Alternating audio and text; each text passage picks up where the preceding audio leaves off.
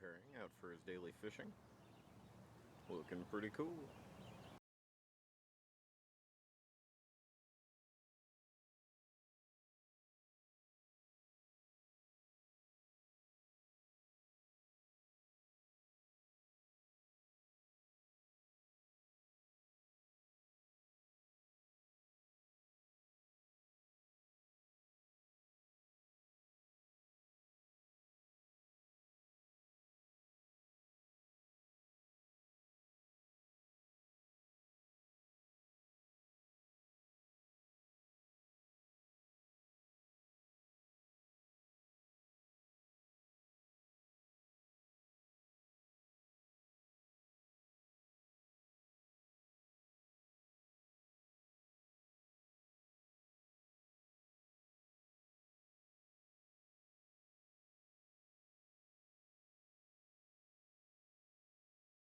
Hi, I'm Babbling Bill from the podcast Ravings on No Peg Wrong Hole.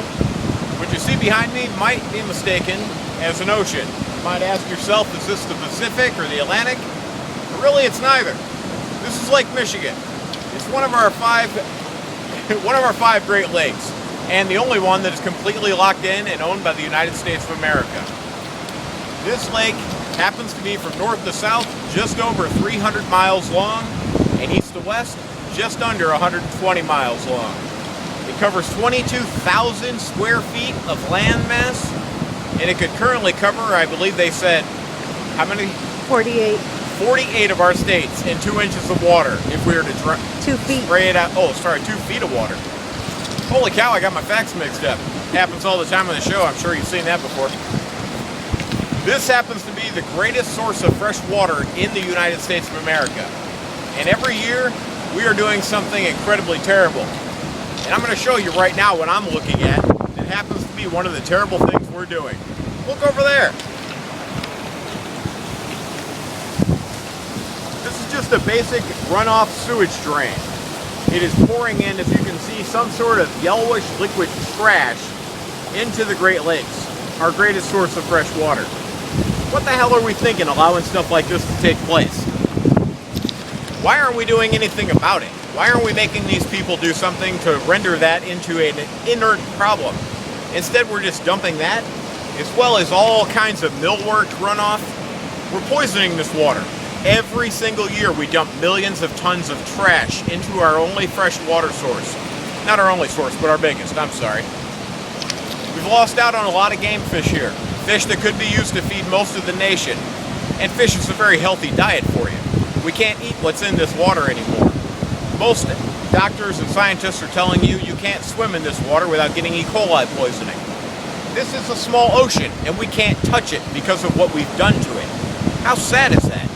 It's kind of disgusting. We never should have done it. However, there is a solution. We can stop.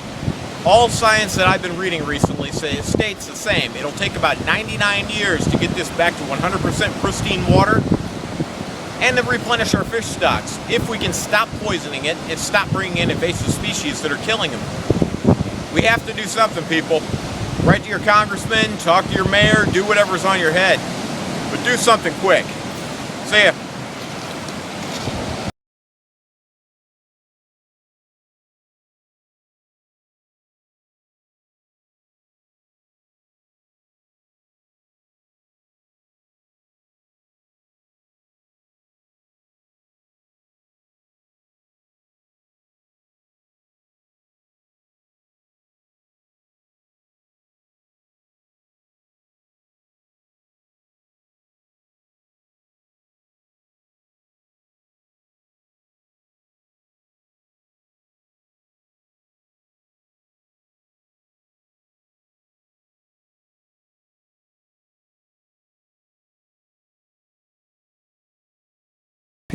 I'm Babbling Bill, co-host of the podcast Ravings on No Peg Wrong Hole, and I just thought it'd be a little bit fitting for a Babbling Bill right next to a babbling brook.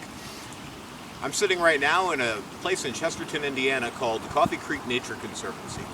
This is 151 acres of land that the city set aside just to have as a nature preserve. They came in and planted hundreds of indigenous trees, Other indigenous plants such as mustards and ferns. This place grows blackberries. It is a haven for all wildlife in the region. It's a great place to go if you want to sit around with your family and have a nice picnic near a little, they've got rivers and lakes running through the place that have fountains in them. But there's also a great amount of prairie land, and it's very beautiful.